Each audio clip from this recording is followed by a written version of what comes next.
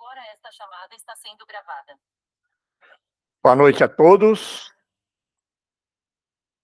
Estamos iniciando, ou melhor, reiniciando mais um estudo do Livro dos Espíritos. Reiniciando porque esse é um estudo que foi realizado agora entre 2023 e 2024, aonde nós terminamos aí as 2 semanas atrás, chegamos ao final, na parte da conclusão, e é um estudo que nós vamos sempre dando continuidade, estamos iniciando novamente a partir da parte da introdução. Então, para aqueles que nos assistem nos canais do YouTube, nos canais das mídias, algumas pessoas buscando estudos, encontra lá, só avisamos que esses estudos, eles estão todos lá na nossa página, www.brisdosenhor.org.br. Lá você encontrará o link desse estudo, outros estudos anteriores, dos outros anos anteriores, estudo da Revista Espírita, bem com uma gama de material para aqueles que gostam de estudar a filosofia espírita. E lembrando também que aqueles que estão assistindo esporadicamente, que esse é um programa transmitido ao vivo, às sextas-feiras, às 19 horas, e a pessoa entrando lá no site www.dosenhor.org.br também vai encontrar o caminho para que ela possa receber o link. E também no YouTube, também vocês encontram lá os nossos vídeos, nossos estudos. Então, só para, lembrando, é o primeiro estudo do ano, esse nosso PDF que nós baixamos o PDF, eu baixei o PDF, ele foi tirado na Federação Espírita Brasileira, referente a essa tradução, né, de Guilherme Ribeiro. Então, aqueles que quiserem, é só entrar lá na página da Federação Espírita Paranaense, onde que tem lá os estudos, Federação Espírita Brasileira, né, que eu peguei da FEB, e lá você encontrará o livro dos Espíritos, pode baixar, e aí você não tem o mesmo livro que estamos estudando. Por que eu estou falando isso também, colocando isso aqui agora? É porque existe, algumas pessoas me comentaram, o ano passado, que ela tinha o livro dos Espíritos, outras edições não da Federação Espírita Brasileira, não estou dizendo aqui que o livro estava errado, não, mas que existem algumas diferenças na hora da tradução, pequenas diferenças, então às vezes as pessoas confundiam um pouquinho, o conteúdo é o mesmo, só que mudava a maneira que a pessoa foi traduzida. Então, para aqueles que querem acompanhar no mesmo, de onde foi tirado o livro, então abaixe esse livro da FEB, no PDF, algumas pessoas compraram esse livro, inclusive, né? Aí vocês conseguiram acompanhar na mesma tradução. Então, vamos lá. Já no começo do livro, Kardec coloca a doutrina espírita como filosofia espiritualista, livro dos espíritos, princípios da doutrina espírita. Então, o que nós vamos estudar nessa obra, no estudo do livro do espírito? Ele vai falar sobre a imortalidade da alma, a natureza dos espíritos e suas relações com os homens, as leis morais, a vida presente, a vida futura e o porvir da humanidade. Tudo isso segundo os ensinos dados por espíritos superiores com concurso de diversos médios, recebidos e coordenados por Allan Kardec. Como disse, a nossa livro da tradução de Guilherme Ribeiro, né? Então, como que está dividido o livro dos Espíritos? Então, nós vamos ver a primeira parte aqui, no sumário aqui, uma nota da editora, introdução do estudo da doutrina espírita, essa primeira parte que nós vamos começar agora. Depois tem o prolegômenos, e aí o livro é dividido em 4 partes. Alguns falam 4 livros, mas a divisão que ele coloca aqui, o autor, ele divide em 4 partes. Então, na parte primeira, das causas primárias. Na parte segunda, do mundo espírita ou mundo dos espíritos. Na parte terceira, das leis morais. E na parte quarta, das esperanças e consolações. Então, esses são os estudos que nós vamos estudar, que está contido dentro do livro dos Espíritos, né? Então, aqueles que estão começando, às vezes a pessoa começa a estudar, já fica sabendo ali o que vem para frente, né? O que está contido no nosso estudo. Então, na primeira parte, ali tem uma nota da editora, né, que editou o livro, que era coordenado pela FEB. Então, a tradução dessa obra, devemos-lo ao saudoso presidente da Federação Brasileira, Dr. Guilom Ribeiro, engenheiro civil, poliglota e vernaculista. Rui Barbosa, em seu discurso pronunciado na sessão de 14 de outubro de 1903, nos anais do Senado Federal, volume 2, página 77, referindo-se ao seu trabalho de revisão do projeto do Código Civil, trabalho monumental que resultou na réplica e que lhe imortalizou o nome como filólogo e purista da língua. Disse: devo, entretanto, senhor presidente, desempenhar-me de um dever de consciência, registrar e agradecer da tribuna do Senado a colaboração preciosa do senhor Dr. Guilom Ribeiro, que me acompanhou nesse trabalho com maior inteligência, não limitando os seus serviços à parte material do comum dos revisores, mas muitas vezes suprindo até a desatenções e negligências minha. Isso vai estar falando sobre o Guilom Ribeiro, né? Então, aqui, a editora, né, comentando ainda, como vemos, Guilom Ribeiro recebeu aos 28 anos o maior prêmio, o maior elogio a que poderia aspirar um escritor. E a Federação Espírita Brasileira, 20 anos depois, consagrou-lhe o nome, aprovando unanimemente as suas impecáveis traduções de Kardec. Jornalista emérito, Guilom Ribeiro foi redator do Jornal do Comércio e colaborador dos maiores jornais da época. Exerceu durante anos o cargo de diretor-geral da Secretaria do Senado e foi diretor da Federação Espírita Brasileira no decurso de 26 anos consecutivos, tendo traduzido ainda o Evangelho segundo o Espiritismo, o Livro dos Médios, a Gênese e obras póstumas, todos de Kardec. Né? Então tá aí, né? Por isso que é importante a gente saber sobre as questões dos tradutores. Eu tenho percebido, não só no estudo do Livro dos Espíritos, mas como também no estudo do Livro dos Médios, e essas diferenças de tradução que às vezes cria-se um certo meio, não digo conflito, mas uma certa assim, está estudando um, aí o outro está outro livro, dá outra maneira de colocar. Então, por isso que a gente gosta de ficar sempre aqui com o Guilom Ribeiro, primeiro por tudo isso que foi colocado aqui, né? E é bom quando a gente está estudando saber de onde nós estamos pegando para falarmos indo na mesma linha, né? Então, agora sim. Então, agora vamos do estudo do Livro dos Espíritos, vamos na parte da introdução, né? Introdução ao estudo da doutrina espírita. Item 1. Bem interessante esse estudo, que sempre conversamos aqui, essa parte da introdução, que às vezes a gente passa um pouco batido, deixa de lado, dá menos interesse para esse estudo, tanto da parte da introdução como da conclusão, como nós fizemos recentemente a parte da conclusão.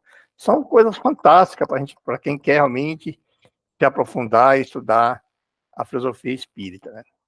Então, Kardec começa assim. Para se designarem coisas novas, são precisos termos novos. Assim o exige a clareza da linguagem, para evitar a confusão inerente à variedade de sentido das mesmas palavras. Os vocábulos espiritual, espiritualista, espiritualismo têm acepção bem definida. Dar-lhe outra para aplicá-los à doutrina dos espíritos foram multiplicar as causas já numerosas de anfibologia. Com efeito, o espiritualismo é o oposto do materialismo. Quem quer que acredite haver em si alguma coisa mais do que a matéria é espiritualista. Não se segue daí, porém, que creia na existência dos espíritos ou em suas comunicações com o mundo invisível. Em vez das palavras espiritual, espiritualismo, empregamos para indicar a crença que vimos de referir-nos os termos espírita e espiritismo, cuja forma lembra a origem e o sentido radical, e que por isso mesmo apresenta a vantagem de ser perfeitamente inteligíveis, deixando ao vocábulo espiritualismo a acepção que lhe é própria. Veja bem, eu sempre comento isso, até ontem, num dos estudos, estava comentando sobre essa questão, né? Que o termo espírita e espiritismo foi criado por Kardec para representar a filosofia espírita ditada por ele, né? E hoje, infelizmente, todos que colocaram tudo no rol aí, espírita, todo mundo, né? Tudo que é espiritualista, eles colocam como se fosse espírita, e na verdade não é, né? E Kardec continua, ó, diremos, pois, que a doutrina espírita ou espiritismo tem por princípio as relações do mundo material com os espíritos ou seres do mundo invisível. Os adeptos do espiritismo serão os espíritas, ou se quiserem, os espiritistas. Engraçado que o termo espiritista não pegou, né? O espírita pegou bem, o espiritista não. E continua Kardec. Com especialidade, o Livro dos Espíritos contém a doutrina espírita. Como generalidade, prende-se a doutrina espiritualista, uma de cujas fases apresenta. Porque os espiritualistas são todos aqueles que acreditam que tem algo a mais do outro mundo. Então, ele está como generalidade, ele está ali, né? Mas com especialidade, sim, porque daí ele fala que contém o que contém a doutrina espírita, né? Essa razão que traz no cabeçalho do seu título as palavras filosofia espiritualista. Também no início lá, colocou já isso aí, né? Filosofia espiritualista. Item 2. A outra palavra acerca da qual importa igualmente que todos se entendam, por constituir um dos feixos de abóbada de toda a doutrina moral, e ser objeto de inúmeras controvérsias. A míngua de uma acepção bem determinada.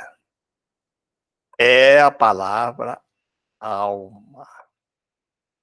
A divergência de opiniões sobre a natureza da alma provém da aplicação particular que cada um dá a esse termo. Uma língua perfeita, em que cada ideia fosse expressa por um termo próprio, evitaria muitas discussões.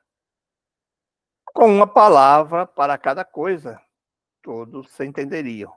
Mas não é assim, né? E aí ele continua. Segundo uns, a alma é o princípio da vida material orgânica.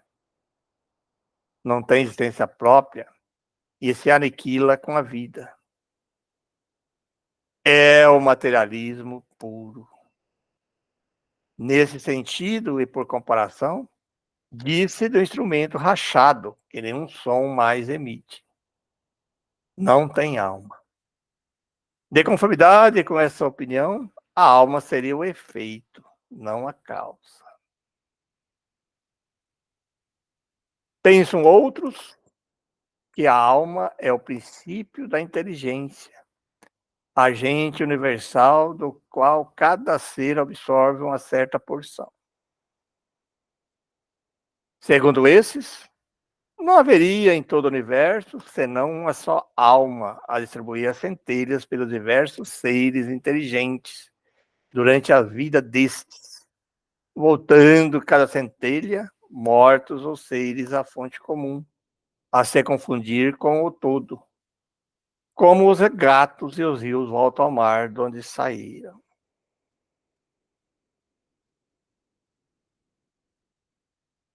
Pode falar, Carlos.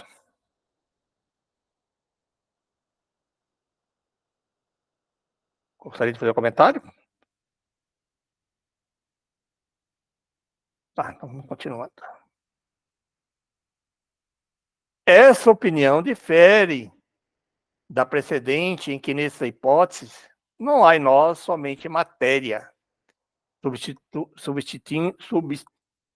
subsistindo alguma coisa após a morte, mas é como se nada subsistisse.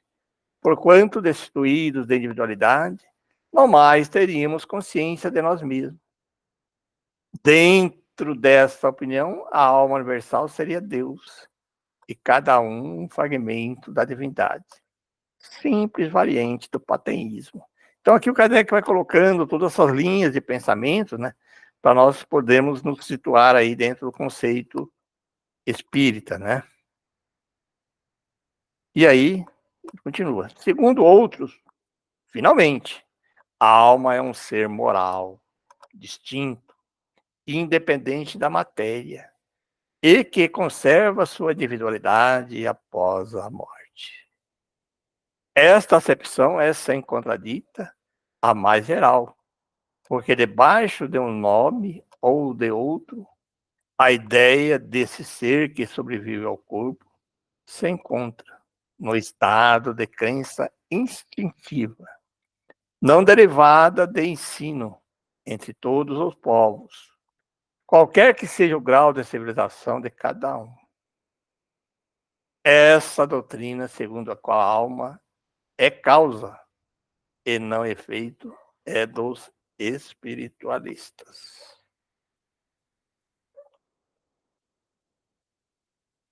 Continuando. Sem discutir o mérito de tais opiniões e considerando apenas o lado linguístico da questão, diremos que essas três aplicações do termo alma correspondem a três ideias distintas que demandariam para serem expressas três vocábulos diferentes. Aquela palavra tem, pois, a tríplice acepção. A cada um, do seu ponto de vista, pode com razão defini-lo como o faz.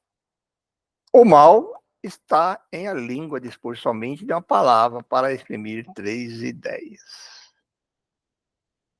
A fim de evitar todo o equívoco, seria necessário restringir-se a acepção do termo alma a uma daquelas ideias.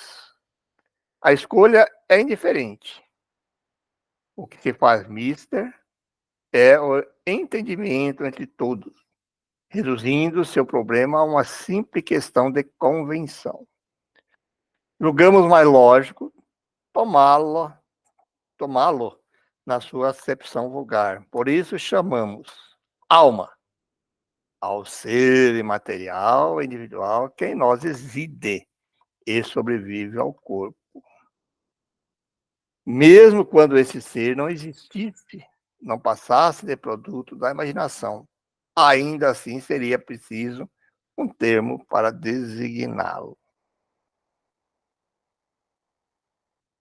Na ausência de um vocábulo especial para a tradução de cada uma das suas outras ideias, a que corresponde a palavra alma, denominamos princípio vital, o princípio da vida material e orgânica, qualquer que seja a fonte de onde promane.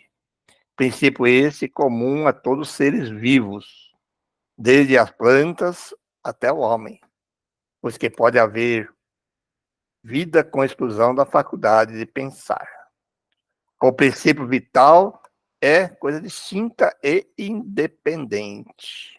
Aqui ele já começa a definir já os reinos que podemos estudar lá, né, que é o material, o orgânico, né, e o humano, né, que vai definindo aqui, né. A palavra vitalidade não daria a mesma ideia, né? Para uns, o princípio vital é uma propriedade da matéria, um efeito que se produz achando-se a matéria em dadas circunstâncias. Segundo os outros, e esta é a ideia mais comum, ele reside em um fluido especial, universalmente espalhado, e do qual cada ser absorve e assimila uma parcela durante a vida, tal como os corpos inertes absorvem a luz.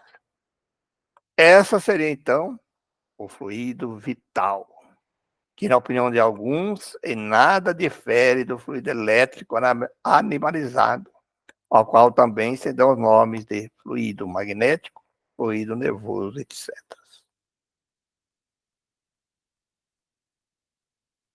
Seja como for,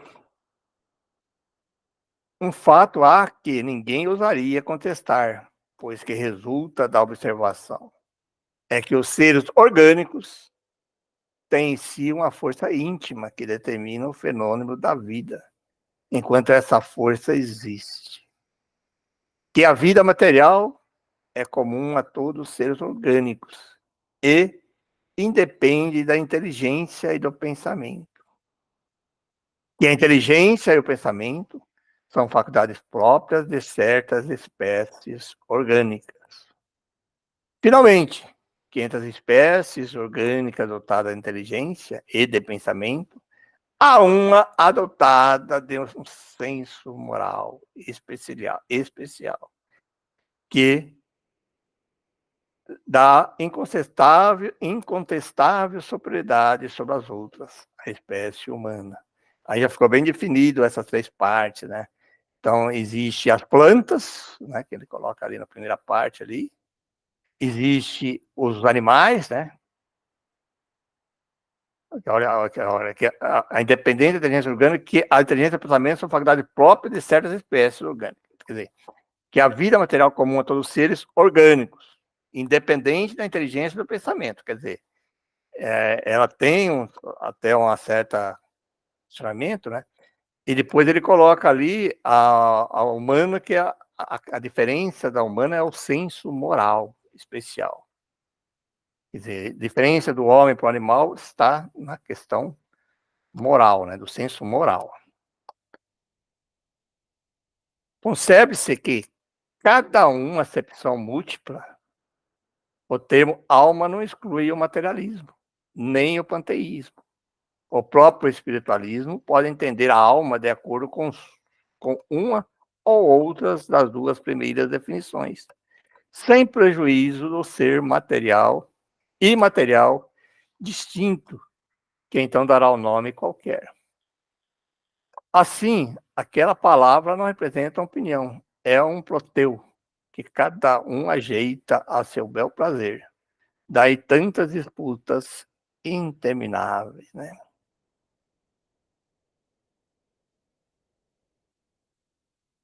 E continua. Essa parte aqui ela parece um pouquinho maçante, mas eu acho que é muito importante para nós entendermos os estudos para frente, a gente compreender bem essas definições, né?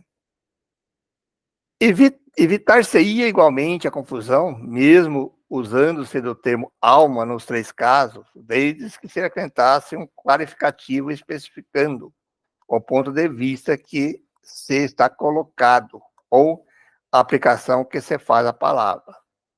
Esta, então, teria um caráter genérico, designando ao mesmo tempo o princípio da vida material, o da inteligência e do senso moral, que se distingue mediante a um atributo. Como os gases, por exemplo, que se distingue aditando seus termos genéricos às palavras hidrogênio, oxigênio ou azoto. Poder-se-ia assim dizer, e talvez fosse o melhor, a alma vital, indicando o princípio da vida material. A alma intelectual, o princípio da inteligência. E a alma espírita, o da nossa individualidade após a morte. Como você vê, Tudo isso não passa de uma questão de palavras, mas questão muito importante quando se trata de nos fazermos entendidos. De conformidade com essa matéria, com essa maneira de falar, a alma vital seria comum a todos os seres orgânicos, plantas, animais e homens. A alma intelectual pertenceria aos animais e aos homens. E a alma espírita somente ao homem. Interessante essa definição, né?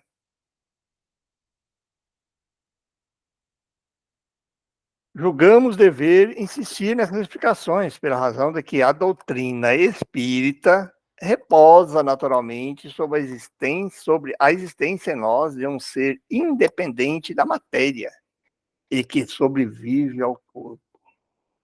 A palavra alma, tendo que aparecer com frequência no curso dessa obra, cumpria fixar bem o sentido que lhe atribuímos, a fim de evitar qualquer engano.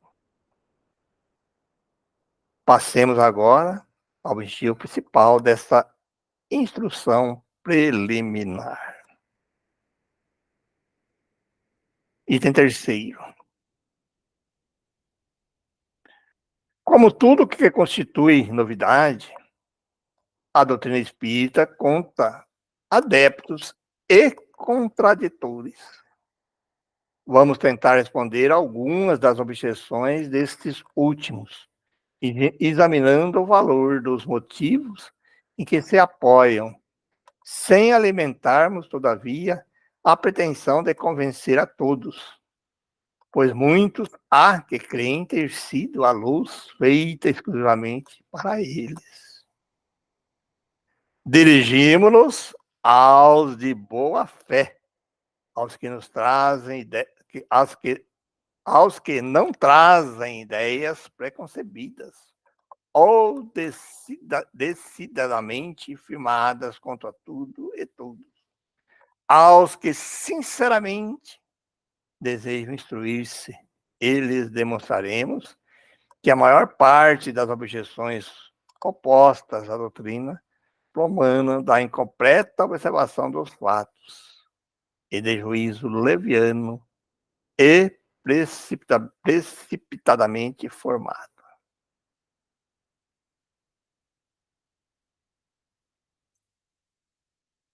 Lembramos, antes de tudo, em poucas palavras, a série progressiva dos fenômenos que deram origem a esta doutrina espírita. O primeiro fato observado foi a da movimentação dos objetos diversos. Designaram-no vulgarmente pelo nome de mesas girantes ou danças das mesas. Este fenômeno, que parece ter sido notado primeiramente na América, ou melhor, que se repetiu nesse país, porquanto a história prova que ele se remonta à mais alta antiguidade, se produziu rodeado de circunstâncias estranhas, tais como ruídos insólitos, pancadas, sem nenhuma causa ostensiva. De lá, propagou-se rapidamente pela Europa e pelas outras partes do mundo. A princípio, quase que só encontrou incredulidade, porém, ao cabo de pouco tempo, a multiplicidade das experiências não mais permitiu que ele pusesse em dúvida a realidade. Se tal fenômeno se houvesse limitado ao movimento de objetos materiais, poderia explicar-se por física. Estamos longe de conhecer todos os agentes ocultos da natureza, ou todas as propriedades dos que conhecemos. A necessidade multiplica diariamente os recursos que proporciona ao homem e parece destinada a iluminar a ciência com uma nova luz. Nada de impossível haveria, portanto, em que a necessidade modificada por certas circunstâncias ou qualquer outro agente desconhecido fosse a causa dos movimentos observados. O fato de que a reunião de muitas pessoas aumenta a potencialidade da ação parecia vir em apoio dessa teoria, visto poder considerar o conjunto dos assistentes como uma pilha múltipla, com seu potencial na razão direta do número dos elementos. O momento circular nada apresentava de extraordinário. Está na natureza. Todos os astros se movem em curva elipsoides. Poderíamos ter ali um ponto menor, um reflexo do movimento geral do universo. Ou melhor, uma causa até então desconhecida, produzindo acidentalmente, com pequenos objetos em dadas condições, uma corrente análoga a que impele os mundos. O movimento, no entanto, nem sempre era circular.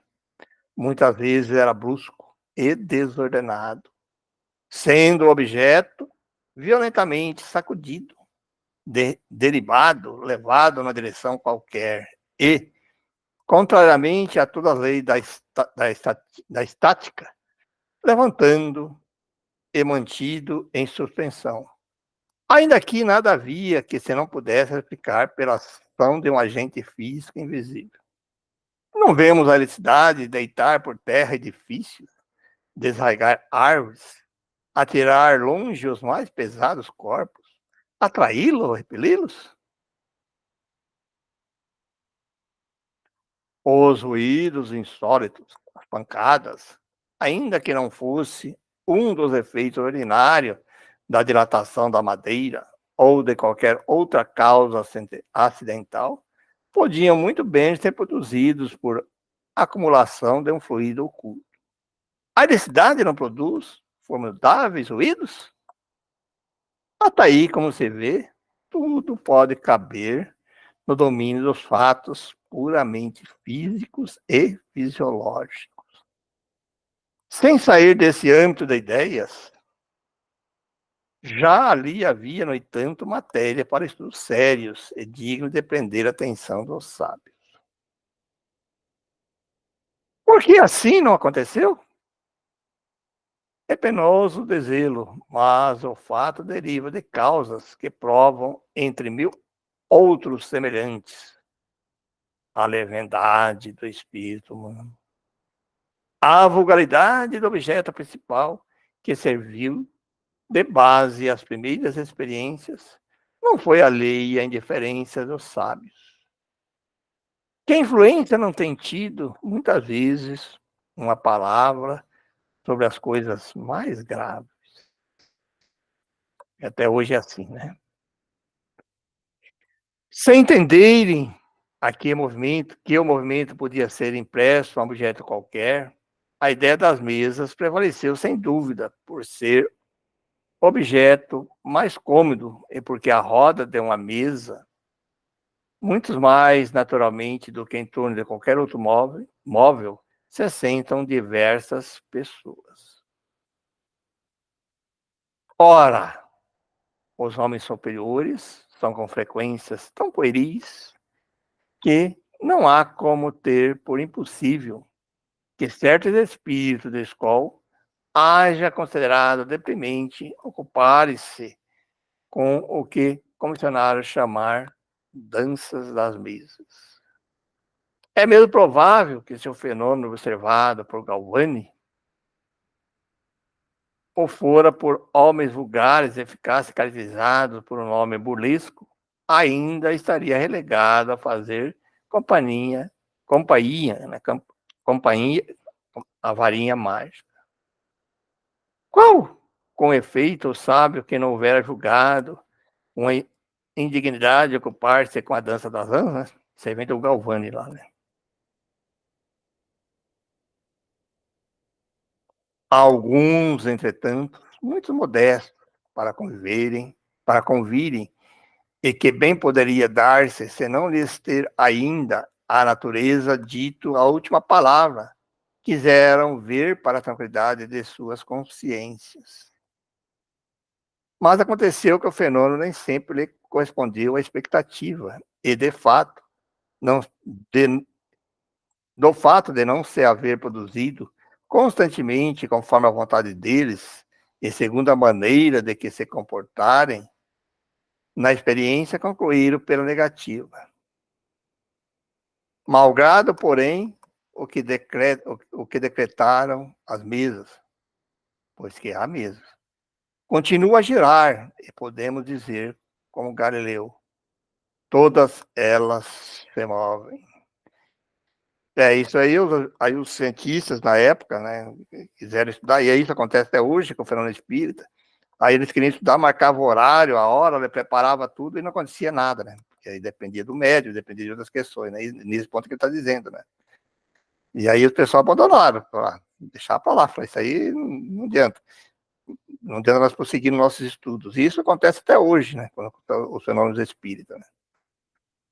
Acrescentamos que os fatos se multiplicaram de tal modo que hoje são aceitos sem contestação, não mais se cogitando, senão deles acharam a explicação racional.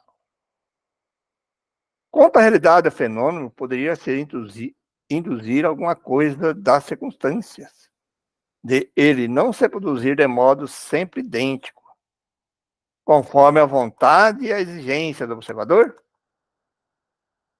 Os fenômenos de eletricidade e de química não estão mais subordinados a certas condições? Seria lícito negá-los porque não se produzem fora dessas condições? Estou falando para você. Então, eles queriam trazer tudo para um laboratório e criar as condições para colocar. Então, não se produzia assim, né? O que há, pois, de surpreendente é que o fenômeno do movimento dos objetos pelo fluido humano também se ache sujeito a determinadas condições e deixe de se produzir quando o observador, colocando-se no seu ponto de vista, pretende fazê-lo seguir a marcha que caprichosamente lhe imponha, ou queira sujeitá-los à lei dos fenômenos conhecidos, sem considerar que para fatos novos podem haver novas leis. Ora, para se conhecerem essas leis, preciso é que se estudem as circunstâncias em que os fatos se produzem. E esse estudo não pode deixar de ser fruto de observação perseverante, atenta e, às vezes, muito longa. Objeto, porém, algumas pessoas. Há frequentemente fraudes manifestas. Perguntar-lhes-emos, em primeiro lugar, se estão bem certas de que haja fraudes e se não tomaram por fraudes efeitos que não podiam explicar. Mais ou menos como o camponês que tomava por destro, escamoteador, um sábio professor de física, a fazer experiências. Admitindo-se mesmo que tal coisa tenha podido verificar-se em algumas vezes, constituiria isso razão para negar-se o fato? Dever-se-ia negar a física, porque há prestigiadores que se exornam com títulos de físicos? Cumpre, ademais, se leve em conta o caráter das pessoas e o interesse que possam ter em iludir. Seria tudo, então, mero gracejo? Admite-se que uma pessoa se divirta por alguns tempos, mas um gracejo prolongado indefinidamente se tornaria tão fastidioso para o mistificador como para o mistificado.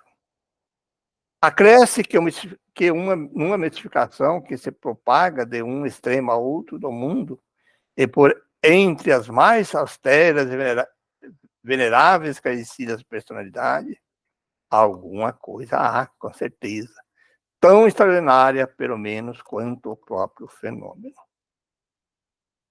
4.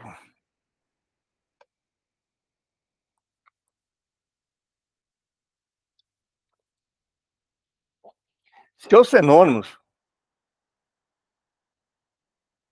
se os fenômenos com que nos estamos ocupando houvessem ficado restritos ao movimento dos objetos, teriam permanecido, como dissemos, no domínio das ciências físicas. Assim, entretanto, não sucedeu. Estava-lhes reservado a colocar-nos na pista de fatos de ordem singular. Acreditaram haver descoberto, não sabemos pela iniciativa de quem, que a impulsão dada aos objetos não era apenas o resultado de uma força mecânica cega, que havia nesse movimento a intervenção de uma causa inteligente. Aí está lá na Obras Póstumas, né? Porque o Kardec resolveu estudar essas questões da mesa, porque ele era magnetizador, estudou mais de 30 anos, e gostava, né, praticava lá, era um magnetizador medíocre, não era de grande relevância, mas ele gostava de estudar. E quando um amigo dele falou que essas mesas inteligentes se movimentavam e fazia isso, ele deu toda essa resposta que ele está dando aqui agora, né? Não, isso aí pode ser assim, assim, assim, tá. Aí quando ele falou assim, olha, mas elas respondem algumas perguntas e alguns movimentos, aí ele falou, opa, aí tem coisa diferente. Aí que ele vem, que é uma causa inteligente. Aí foi que chamou a atenção dele para estudar esses fatos e tirou todas as conclusões para frente, né? Ó, uma vez aberto esse caminho, conduzia um campo totalmente novo de observações. De sobre muitos mistérios se erguia o véu. Haverá um efeito no caso, uma potência inteligente? Tal a questão. Se essa potência existe, qual é ela? Qual a natureza? A sua origem? Encontra acima da humanidade? Eis outras questões que decorrem da anterior. As primeiras manifestações inteligentes se produziram por meio de mesas que se levantavam e com um dos pés davam certo número de pancadas, respondendo desse modo, sim ou não, conforme fora convencionados a uma pergunta feita. Até aí, nada de convincente havia para os céticos, porquanto bem podiam crer que tudo fosse obra do acaso. Obtiveram-se depois respostas mais desenvolvidas, com auxílio das letras do alfabeto, dando ao móvel um número de pancadas correspondente ao número de ordem de cada letra. Chegavam-se a se formar palavras e frases que respondiam a questões propostas. A precisão das respostas e a correlação que denotavam com as perguntas causaram espanto. O ser misterioso que assim respondia, interrogado sobre a sua natureza, declarou que era espírito ou gênio. Declinou o nome e prestou diversas informações a seu respeito. Há aqui uma circunstância muito importante que se deve assinalar. É que ninguém imaginou os espíritos como um meio de explicar o fenômeno. Foi o próprio fenômeno que revelou a palavra. Muitas vezes, tratando-se das ciências exatas, formula-se a hipótese para dar-se uma base ao raciocínio. Não é aqui o caso. Tal meio de correspondência era, porém, demorado e incômodo. O espírito, e isso constitui nova circunstância digna de nota, né? O espírito indicou outro. Foi um desses seres invisíveis que aconselhou a adaptação de um lápis a uma cesta ou a outro objeto. Colocada em cima de uma folha de papel, a cesta é posta em movimento pela mesma potência oculta que move as palavras. Mas em vez de um simples movimento regular, o lápis traça por si mesmo caracteres, formando palavras, frases, dissertações de muitas páginas sobre as mais altas questões de filosofia, de moral, de metafísica, de psicologia, etc. E com tanta rapidez quanto se escrevesse com a mão. conselho foi dado simultaneamente na América e em diversos outros países. Eis em que termos o deram. Em Paris, 10 de junho de 1853, a um dos mais fervorosos adeptos da doutrina, e que havia muitos anos, desde 1849, se ocupava com a evocação dos espíritos.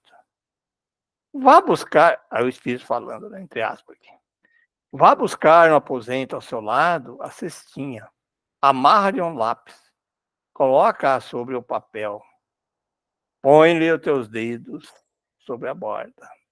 Fecha aspas. Alguns instantes após, a cesta entrou a mover-se e o lápis escreveu muito legível esta frase, entre parênteses aqui. Proíbo expressamente que transmita a quem quer que seja o que acabo de dizer. Da primeira vez que escrever, escreverei melhor. Fecha aspas. O Espírito falou, né? O objeto a que se adapta o lápis, não passando de mero instrumento, completamente indiferentes, são a natureza e a forma que tenha. Daí haver-se procurado dar-lhe a disposição mais cômoda. Assim é que muita gente serve de uma prancheta pequena.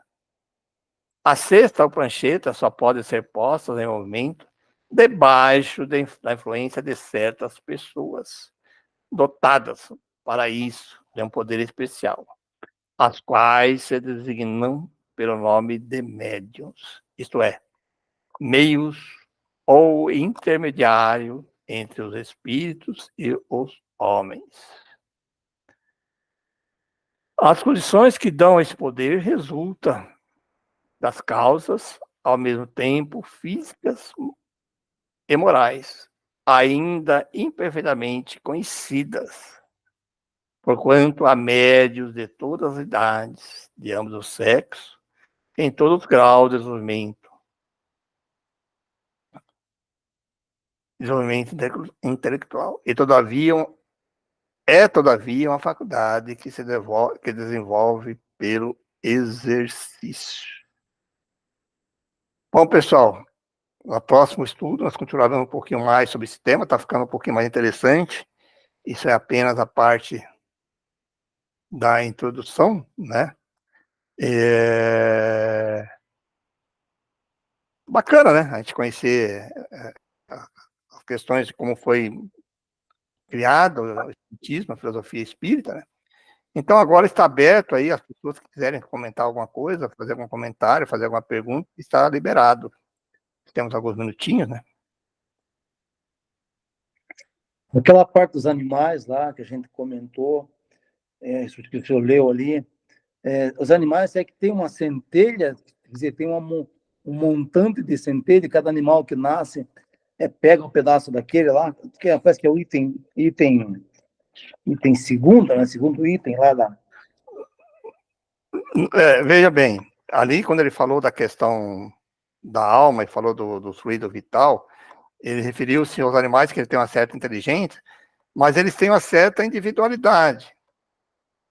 Não é a centelha divina falando assim, que pegou a centelha divina, porque o fluido vital, ele faz parte, o fluido cósmico é a parte que existe dentro desse fluido, é o que dá vitalidade e que faz com que, por exemplo, nós agregamos o espírito à matéria. Né? Precisa do elemento, precisa do espírito, da individualidade, do fluido vital e da matéria, a agregação da matéria para formar. Então ele classifica ali, por exemplo, as plantas não têm a inteligência já daquela maneira que está falando. Aí já coloca já o animal, inclusive o homem, que já tem uma certa inteligência, já tem, segundo os estudos, e por exemplo, estudar um pouquinho mais no estudo do Livro dos Espíritos, ele vai detalhar tudo isso, tem um capítulo especial, acho que é o primeiro, fala sobre essa questão. Os animais, a diferença, assim, o ser humano, ele não perde, os animais também não perdem a sua individualidade em si, ele prossegue, mas o ser humano, ele vive na erraticidade. Quando ele sai daqui, quando ele morre, quando nós deixamos o corpo, nós sobrevivemos a nossa inteligência no mundo espiritual. Os animais não. inclusive depois, eu estou adiantando aqui já, mas depois nós vamos estudar isso, os animais, quando eles retornam, por isso que há polêmica, que muita gente diz que vê animais no mundo espiritual, pelo conhecimento da filosofia espírita, e o que nós vamos estudar aqui para frente, não. Os animais, quando eles chegam, eles falam assim que são aproveitados quase que imediatamente, retornando ao mundo físico.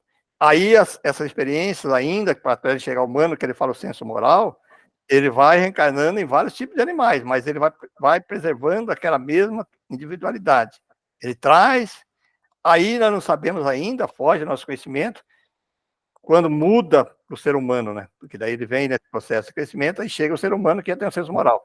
Certo. Nós sabemos, existe um elo aí que ainda não conseguimos entender como é que é feita essa transição. E nem nunca não foi colocado aqui como que essas reencarnações entre os animais, né? Porque não daria reencarnação, esse aproveitamento, esse retorno ao mundo físico, né? Então, por exemplo, é um cachorro, aí chega lá, segundo que está ali, depois nós vamos estudar nos livros para frente, ele fala quase imediatamente, ele fica um tempo, ele é reaproveitado e retorna novamente no corpo físico. Mas vai retornar em que tipo de animal? Não sabemos. É progressivo isso, a necessidade, vai colocando ali. Não sabemos, não vai dizer assim, eu nasci um cachorro, depois sou um macaco, depois o macaco é o último. Não se fala em lugar nenhum. É ainda para nós um mistério sobre essa questão dessa mudança do animal para o humano, que daí já tem o senso moral, né? É isso que diferencia, que tem o senso moral da responsabilidade, né? Que é o livre-arbítrio que você poder escolher, né? Certo. Parece complexo, mas depois, nos capítulos iniciais ali, quando ele vai falar dessas questões ali, ele vai detalhar bem mais esses assuntos aí sobre os animais, sobre as plantas, né? Mas dando uma pincelada, assim, mais ou menos, porque não é assim que fala assim, vai votar no fluido de Deus, não. Isso aí que ele falou do panteísmo, né, que é tudo, não.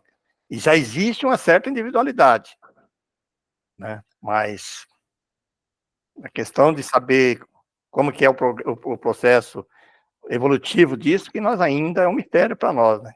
Entendi. Desconhecemos. Tá ok, então, Pereira? Mais alguma questão? Não, por enquanto só. Alguém tem mais algum? Parece maçante, mas é gostoso estudar isso, né? Sim, para a gente entender quando a gente conversa com as pessoas, se nós dizemos que somos espíritas, nós temos que conhecer os conceitos espíritas. Certo. Tudo bem, gente? Obrigado. Então alguém pode fazer a nossa prece final? A Juliana gosta, faz, Juliana, para nós a nossa prece final, então. Graças a Deus, Pereira. Primeiramente, elevar os nossos pensamentos, agradecer ao nosso Deus, ao nosso Senhor Jesus, nosso grande mestre, por estarmos mais uma vez aqui, adquirindo novos conhecimentos, esclarecimentos, agradecer à espiritualidade amiga, aos mentores, agradecer por esta oportunidade, pela nossa saúde, e que o Senhor Jesus sempre esteja junto conosco, nos dando força e proteção para continuarmos a nossa evolução. Que todos tenham uma boa noite e que assim seja. Boa noite a todos, bom final de semana. Até a próxima. Boa noite.